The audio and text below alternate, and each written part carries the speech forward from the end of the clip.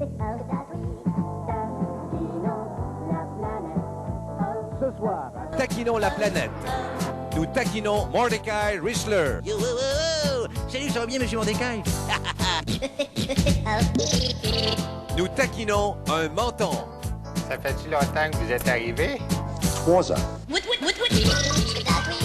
Et nous faisons vivre des aventures aux couches d'art. Si tu continues de même, la dingue, là, tu vas attirer les poulets.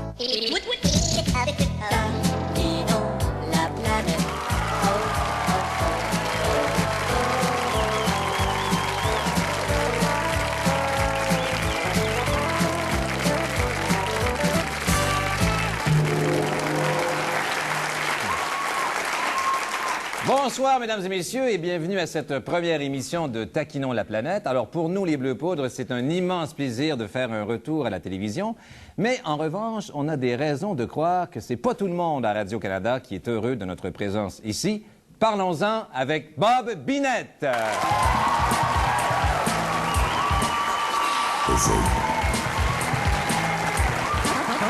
sound. C'est beau comme ça. Alors, Bob, est-ce que tu as l'impression que notre présence à Radio-Canada a suscité des réactions négatives chez certains animateurs? De qui tu parles? Ben, à toi. Vas-y. Mais écoute, Bob, si tu le sais, réponds. Réponds de quoi? Ben, la question que je t'ai posée. Vas-y. Ah ouais, réponds. Wow. Pète pas ta chaîne. Ben non, mais écoute, je pète pas ma chaîne, Bob. Non, mais c'est juste que j'aimerais que tu répondes à la question que je t'ai posée. Oui. Est-ce que notre présence à Radio-Canada suscite des réactions négatives chez certains animateurs? De qui, ça? Ben, nous autres. Notre présence à nous autres, les Bleus Poudres. Vas-y.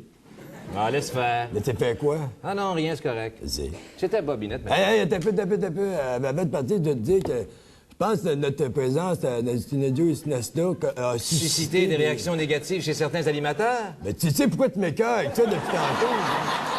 Tu sais, regarde les images, regarde, tu vas comprendre. Tu t'animes. Alors, c'est le moment de commencer l'émission, comme toujours. On va préparer ça. Alors, madame, monsieur, mais voyons, il y a une lettre qui marche pas. Le C. Oui, le C, c'est ça? Le C. Oui, je sais que c'est le C, mais je sais pas pourquoi. C'est parce que de tes poignets, les biscuits skilly. Ah, de petits virus, et ne va tout scaper tes émissions. Oh non, pas encore un de ces maudits virus informatiques. T'es en train de faire des dommages, là, ça te dérange pas. Je le sais. Oh non. Tu es en train de te faire de t'aminer. Non, pitié. Capote pas, Bob. Ouais! Merci. Bob Binette, mesdames, messieurs. Merci. Merci, Bob. On se retrouve à la fin de l'émission. Eh bien, à l'approche des prochaines élections fédérales, il est important pour Brian Mulroney de remonter sa cote de popularité auprès des Canadiens et Canadiennes. Ces temps-ci, Brian prend des bains de foule et serre la main d'à peu près tout ce qui bouge, comme par exemple Ginette Robidoux.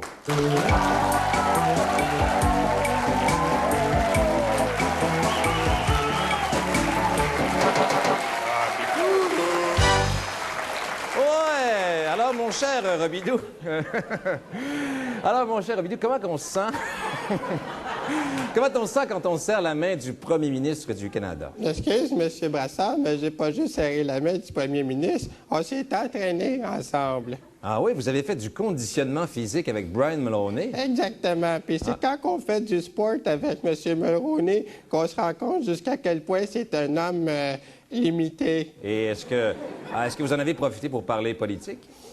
Certainement, il m'a même fait des confidences et ça tombait bien parce qu'il y avait 14 caméras de télévision cachées un peu partout. Eh bien, je meurs d'envie de voir ce que ça donne. Bullshit.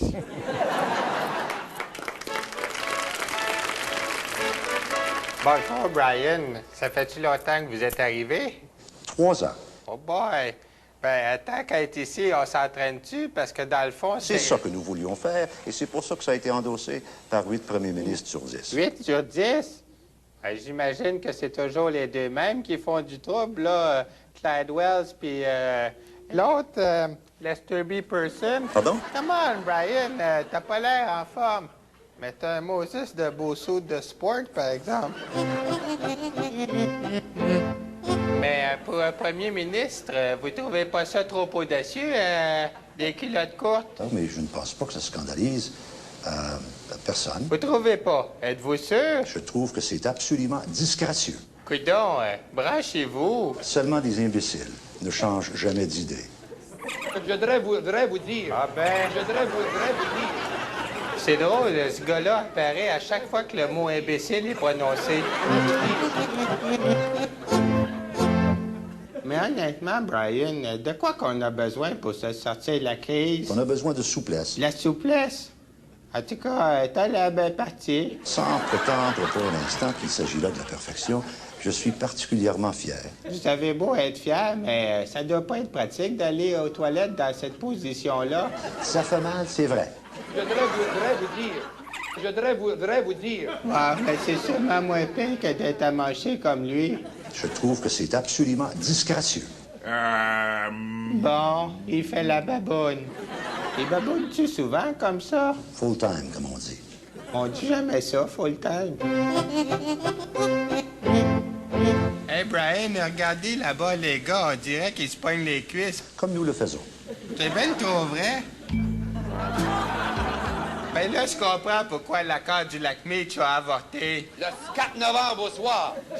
Le 4 novembre au soir. Ah, il a un drôle de look, mais il a une chose juste de bonne mémoire. Qui est bonne.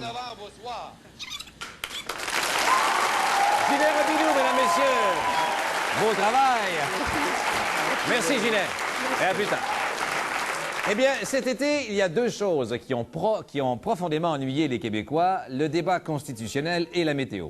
Comme un des deux sujets nous a écœurés plus que l'autre, parlons de météorologie avec le réputé professeur Jacques Lebrun.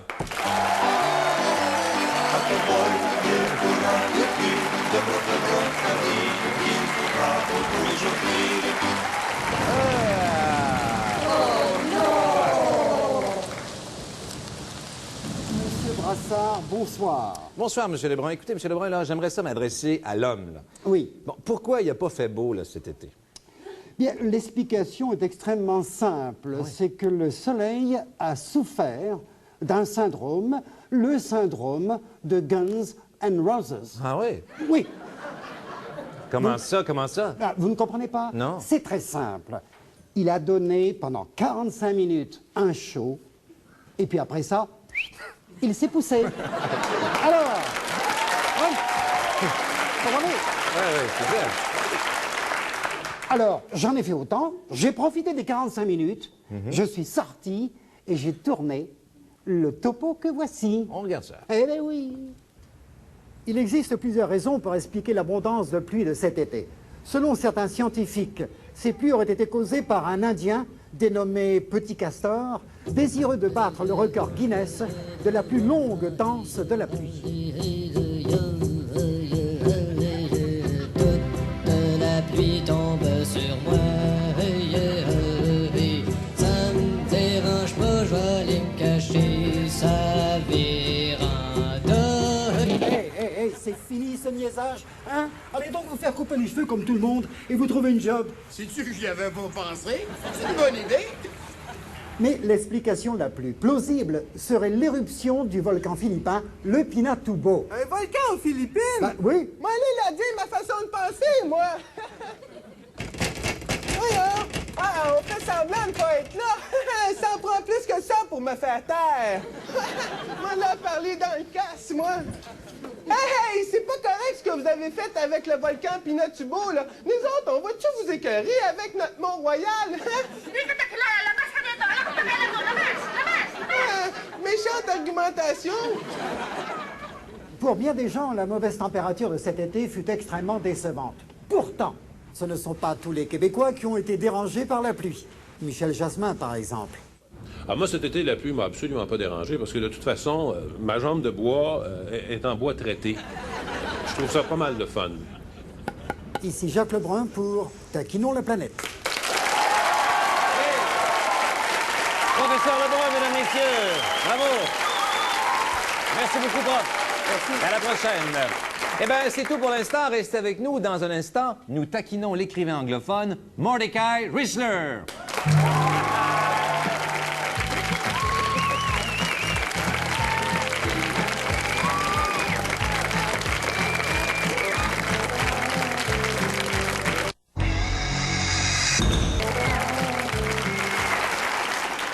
Connaissez-vous Mordecai Richler? Eh bien, c'est cet écrivain montréalais anglophone qui a dit de nous, Québécois francophones, que nous formions une tribu raciste et mesquine.